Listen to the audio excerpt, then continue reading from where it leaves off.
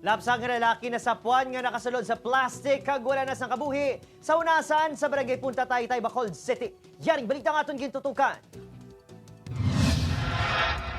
Papuri nagikan sa pagpanginhas. Si Dina kag upod sini sang madeparahan ng isa ka plastic sa hunasan sa barangay Punta Taytay sang Domingo. Ilagin dumdom nga baboy ukon patay ido ang unod sa plastic apang sang ginbuksan. Ilagin kakibot nga lapsag nga lalaki ang unod sini.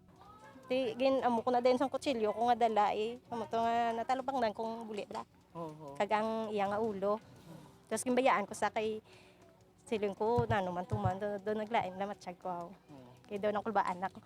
Saging kaging tawag ko sa hindi sa pati sa kon siling niya ano lang ko no baboy.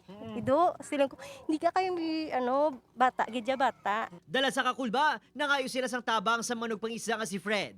Ginputos sini sa sakong dugoon nga lapsag kagindala sa higad sang baybay. Kinalabayan yung sinikara niya, nagising plastic, tinagwa ang buli. Nagabay sa kumod-kumod, panilag lang ko. Pagbalik siya po kumod-kumod. Tingin tawag ko sa kulising upo dyan. Choy, may bata di oh. Lumpat mo ko dahil sa pampot ko. Kita siyempre may kibataan ko, daral sa bus ko. Sino sa mga residente, posible bag o bunag lang ang lapsag. Sang ginbilin, bangod nagaangot pa ang umbilical cord sini. Kag makita pa ang dugo sa ilawas, apisar ginanod sang tubig dagat. Ang iningailoy, nga may anong kamakabataan kag 12 ka mga apo. Wala makatulog humalin kagabi, bangod pa dayon niya ginakumos ang dughan sa iya nasaksihan.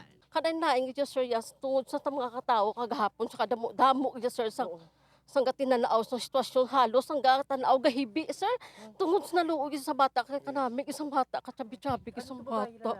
May suspect na ang mga residente kung sino ang posible naghaboy sa lapsag. Ila ginalauman nga magsungka ini kag akuon ng obra samtang nagapadayon man imbestigasyon sa kapulisan sa insidente. Ang tandugo ng niya nga na, dughan, kasing-kasing balhaw nga. Kusa man sa bala magambal sang matuod, bala nga gihimo niya. Tapos kaluo isa bata, kaya kuya, number 1 niya, ng mo. Wala ko laki, mukutani sa ako na lang ginghatag, tatlo man lang kabata ang akon, puro babae. Dapat, ako na lang bala parang ang konsensya, hindi man maano kiti konsensya na sa Japon mo. Sunod sa report sa Bacolod City Police, gilayon man yung turn over sa mga residente sa BHW kasi ay sa malayang ang patay nga lapsag. Nga mo man ang nakigango sa kapulisan, agod gilayon nga mapalubong ang lapsag.